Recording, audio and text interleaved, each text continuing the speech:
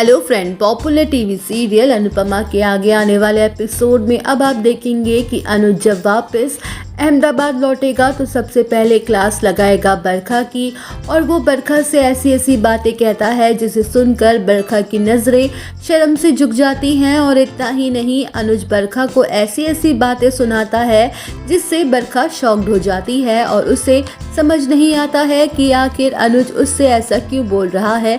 लेकिन दोस्तों, आखिर अनुज बरखा से ऐसा क्यों ये सब बोल रहा है? आखिर वो बरखा की कौन सी सच्चाई जान चुका है जो वो ये सब कहने के लिए मजबूर हो उठा?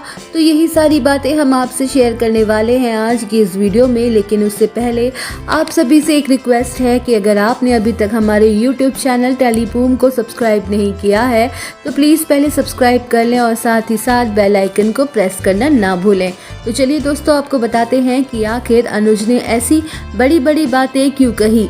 दरअसल दोस्तों, ये सब तो आप भी जानते हैं कि कैसे बरखा जो है वो अनुपमा का सारा सामान पैक करवा के कपाड़िया हाउस से सीधा अनुपमा के घर पहुंच गई थी और अनुपमा से कपाड़िया प्रॉपर्टीज के पेपर भी साइन करवाना चाहती थी, जिसे देखकर अनुपमा काफ़ी ज़्यादा गुस्सा हो गई थी और बरखा से कहा था कि आज भी मैं ही उस कपाड़िया बिजनेस और हाउस की मालकिन हूँ, तो मैं किसी भी पेपर पर साइन तो नहीं करूँगी। और जिसके बाद अनुपमा ने बरखा को काफ़ी बेइज्जत करके अपने घर से जाने को कहा था। तो वहीं दोस्तों, उस सारे ड्रामे की असलियत जब अनुज के सामने आएगी तो वो सबसे पहले बरखा की क्लास लगाने लगेगा और काफ़ी सारी खरी खोटी भी सुनाएगा और कहेगा कि भाभी, आप तो हमारे घर की सबसे बड़ी हो और आपको तो बड़ों की तरह ही बिहेव करना चाहिए था। आपको अपने छोटों को समझाना चाहिए था, उन्हें पास रखने की सीख देनी चाहिए थी।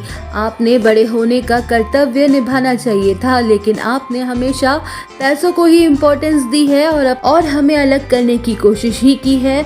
मेरी सारी प्रॉपर्टी को हड़पने की कोशिश ही की है। आप बड़ी हो लेकिन आपने कभी भी बड़प्पन नहीं दिखाया, हमेशा चालाकियाँ साजिशें ही की हैं और हमेशा ही हमारे बारे में बुरा ही सोचा है। आपने आज तक के रिकॉर्ड में कभी कोई ऐसा काम नहीं किया जिससे हमें आप पर गर्व होता। तो वहीं अनुज अब और अपने गुस्से को कंट्रोल में नहीं कर पाता है। वो बरखा से कपाड़िया हाउस से चले जाने को कहता है, तो वहीं बरखा अनुज के सामने कुछ नहीं बोल पाती है और शर्मिंदा होके चली जाएगी।